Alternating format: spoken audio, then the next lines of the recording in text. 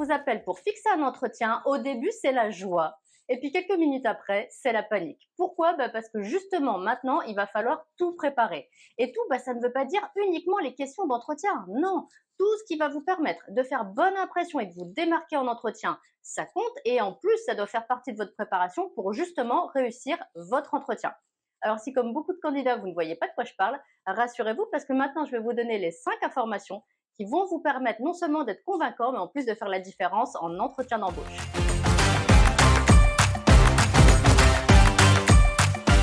Premier élément qui va vous donner énormément d'informations et donc énormément d'arguments et d'atouts pour l'entretien d'embauche, c'est l'offre d'emploi. L'offre d'emploi, pourquoi? Parce qu'en fait, une offre d'emploi, c'est quoi? C'est tout simplement la liste des besoins de l'entreprise. Donc, si vous lisez entre les lignes et que vous voyez quels sont les besoins de l'entreprise, qu'est-ce qui va se passer? C'est qu'en face, vous allez vous dire, OK, mais en fait, quel atout j'ai à mettre face à ce besoin? Et quand vous avez cette correspondance-là, bingo, vous allez apparaître comme le candidat qui répond aux besoins de l'entreprise. Je vous donne tout de suite 2 exemples. Premier exemple, imaginons que l'offre d'emploi mentionne que le poste est à pourvoir dans le cadre du développement d'un nouveau service. Nouveau service, ça veut dire que tout est nouveau et donc tout est à créer, tout est à organiser, tout est à planifier. Donc ça veut dire aussi que l'entreprise, elle a besoin de quel type de profil? Elle a besoin de quelqu'un qui soit autonome, elle a besoin de quelqu'un qui soit organisé, elle a besoin de quelqu'un qui soit proactif, elle a besoin de quelqu'un qui ait le sens des responsabilités. Donc maintenant que vous avez détecté ça, demandez-vous quelles compétences vous avez dans tout ça et placez ces mots-clés en entretien. Et ce qui est génial, c'est qu'en plus, si l'offre d'emploi n'a pas mentionné ces compétences-là et que vous mettez ces mots-là, eh bien tout simplement, vous allez non seulement vous démarquer de l'offre d'emploi, mais en plus montrer que vous avez les arguments que recherche l'entreprise alors qu'elle ne l'a même pas mentionné tel quel. Et donc vous apparaissez comme le bon candidat. Deuxième exemple que je vous donne, imaginons que l'entreprise, ou plutôt l'offre d'emploi, stipule que le poste est à pourvoir dans le cadre d'un accroissement d'activité. Accroissement d'activité, ça veut dire que l'activité est plus intense que d'habitude et donc le candidat qui va être recruté, forcément, il va devoir prendre le train en marche. Il va devoir du coup suivre la cadence, donc être en capacité de suivre une cadence, de suivre un process, de s'intégrer rapidement dans une entreprise. Ils sont là en fait les besoins de l'entreprise.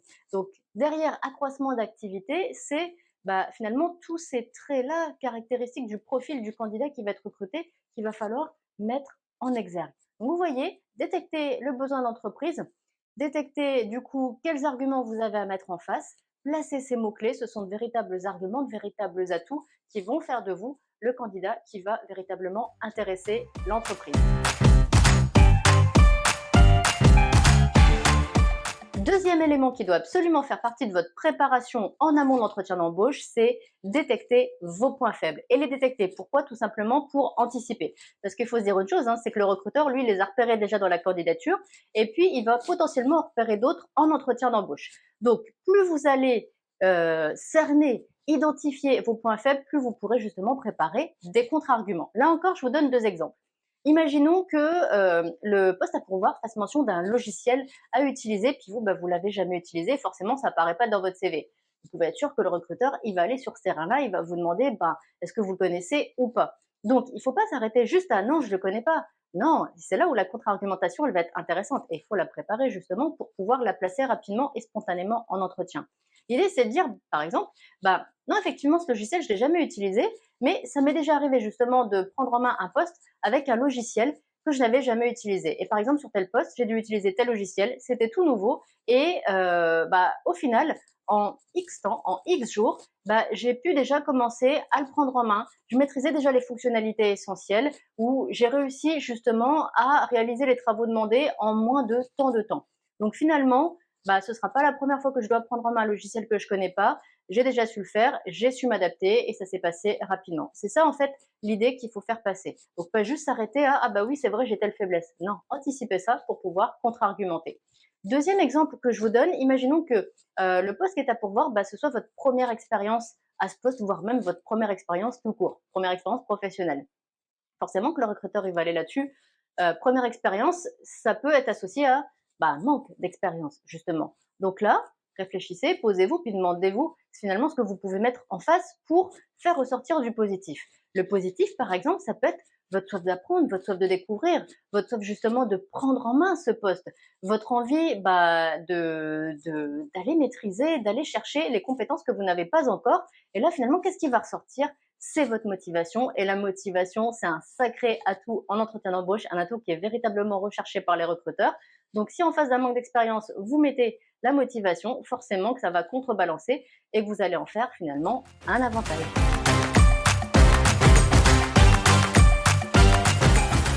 Troisième élément à préparer en amont de l'entretien d'embauche, c'est la projection dans l'entreprise. La projection, c'est-à-dire montrer que vous vous y voyez déjà, que pour vous, c'est déjà là-bas que vous voulez évoluer, que vous voulez travailler. Pourquoi? Parce que ça va faire ressortir votre envie, ça va faire ressortir votre intérêt et en plus, en vous projetant dans l'entreprise, vous allez faciliter ce cheminement-là dans la tête du recruteur qui lui aussi va de plus en plus vous imaginer dans l'entreprise. Et là, clairement, l'idée, c'est par exemple d'exprimer, d'expliquer ce que vous mettriez en place quand vous allez prendre votre poste ou encore comment vous vous imaginez là-bas. Et ça va passer tout simplement par la manière dont vous allez formuler les choses. Par exemple, moi, ce que j'imagine, ou encore mon premier objectif sur le poste, ce serait ça. Ou encore ma priorité pour l'entreprise, et je vous en donne un dernier, ce que je voudrais apporter à l'équipe. Donc là, c'est vraiment votre envie d'apporter des choses et votre projection non seulement dans l'entreprise, mais en plus sur le poste et en plus dans l'équipe. Et là, bingo, c'est forcément des choses, des éléments et des arguments qui vont plaire et qui vont convaincre un recruteur. Quatrième élément à préparer en amont de l'entretien, et là c'est véritablement un incontournable, c'est la prise d'informations sur l'entreprise. Clairement, il n'y a pas de préparation d'un entretien d'embauche sans se renseigner sur l'entreprise. Même potentiellement, si vous l'avez déjà fait en amont de votre candidature, refaites-le puis creusez un certain nombre de points. Pourquoi? Parce que un candidat qui s'est renseigné sur l'entreprise, c'est un candidat qui s'est intéressé, c'est un candidat qui est motivé, c'est un candidat qui veut véritablement intégrer l'entreprise puis qui a fait des efforts pour se préparer, pour avoir tous ces éléments-là pour l'entretien d'embauche. Et tout ça, c'est autant d'éléments que le recruteur va détecter. Donc, il faut vous préparer, faut vous renseigner sur l'entreprise et puis surtout, c'est comme ça que vous allez détecter des informations clés.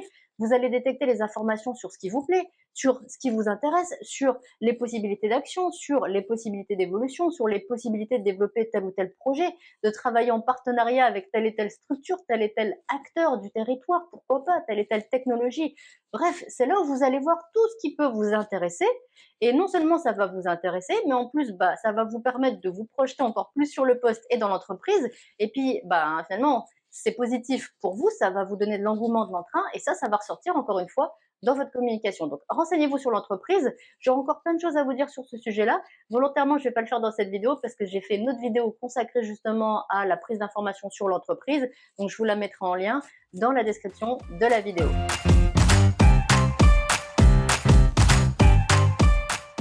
Et enfin, cinquième élément à préparer en amont de l'entretien d'embauche pour être super efficace, super convaincant et vous démarquer, c'est non seulement l'introduction, mais en plus la conclusion. Pourquoi? Parce qu'on se rappellera toujours beaucoup plus du début et de la fin. Vous pouvez faire une demi-heure, une heure ou même juste un quart d'heure d'entretien. Vous vous rappellerez beaucoup plus de ce qui s'est passé au début, de ce qui s'est dit au début, puis de ce qui s'est dit à la fin.